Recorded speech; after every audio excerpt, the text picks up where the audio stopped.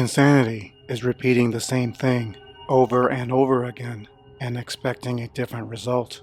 For John Trent, his journey into insanity begins with repeating visions of violence and brutality before descending into a waking nightmare he cannot escape from.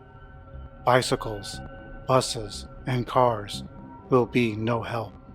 His fate is written into the final manuscript. It will be published and stamped into celluloid and re-experienced over and over again. Sit back and enjoy today's video as we explore the theme of repetition in the Lovecraftian-inspired film In the Mouth of Madness, released in 1994 and directed by John Carpenter. Sutter Kane's novels are more than stories. They are incantations, experienced by the reader to put their minds in different places, perhaps different worlds. To the uninitiated, laymen and doctors alike, they believe it's no more than mass hysteria. The printed word in Kane's novels reaches the educated and simpletons alike. Even John Trent, a cynical, no-nonsense insurance investigator, is not immune to the book's power. His first readings bring violent visions in a hopeless world of corruption and poverty. Was it a nightmare after falling asleep, or a hypnotic trance? Kane's universe planted a seed deep into Trent's mind, where he has trouble distinguishing reality from fiction, or better put, his reality from Kane's. However, Trent has a disciplined and cynical mind. Schemes, hoaxes, and fraud are something he smokes out. He can put together a puzzle, like a puzzle forming a map, out of Kane's soft covers. Linda Stiles experiences blips in time, where her car races past a mysterious figure on a bike, who appears in different ages.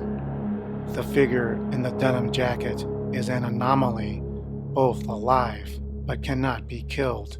While it seems to be Linda's vision on her travels to Hobbs End, could it be it was Trent's vision projected from his mind into hers as he slept? After exploring the little hamlet of Hobbs End and its peculiar characters, including Sutter Kane, Trent tries to escape by car. No matter how fast or how far, he ends back where he started. But he keeps trying and trying, only to experience the same result. Even when Trent wakes up from his nightmare and he believes he has returned to reality, there are still hints of repetition. A paperboy arrives on his bike. The bike has a card in its spokes. He is posed in front of a windmill. Is this another clue of repetition with no change in result? Is this a hint that Trent hasn't left his dream? An interesting approach to the repetition is repeating the mundane, a look into an alley, a drive through pitch black roads. It is when things get weird when Trent has unique encounters. A creepy hotel, a creepier old woman, a mysterious painting that changes over time, and a church that is the epicenter of Sutter Kane's madness and the portal to the ancient ones. However, mundane life and the surreal intertwine when Trent returns.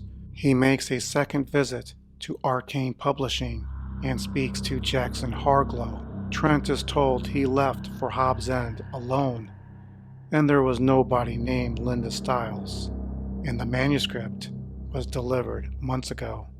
Trent is reliving the insanity in a second reality, which may or may not be the first. Repeated visits, repeated things are having a different result, and insanity ensues. Johnny boy! Before we continue with In the Mouth of Madness and the insanity of repeating the same thing, like, share, or subscribe if you enjoy this content and like to see more like this one. Johnny boy! Where did we first see hints of the theme of repeating things?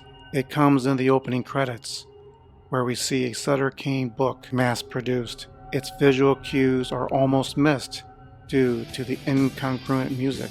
It's the same motions, repeated over and over again.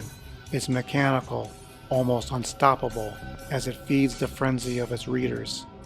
This takes us to the prologue, and it wouldn't be quite a Lovecraftian film without a mental asylum. The prologue turns out to be the end of the story, told in flashbacks. All the events had already happened. The story is repeating, re-experienced to us, for us. And here is where we first see hints of a never-ending repetition in the interior design. The skylights seem to go forever in the distance. This will mirror later in the church when Trent escapes pursuing creatures from the other world. When Trent is shown to his room, there are repeated patterns of benches and chairs decorating the hall. His padded cell has overt vertical patterns resembling prison bars. Going around the room, it's a 360-degree, never-ending reminder he's trapped. When Trent screams through the glass window, the camera pans to our right, revealing other inmates of the asylum. Acting just as crazy as he, it's a repeating thing. Screaming through a window, a chair. Screaming through a window, another chair.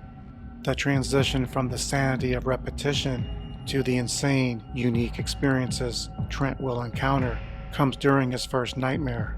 He ventures a dark alley, seeing posters for the Hobbs End horror.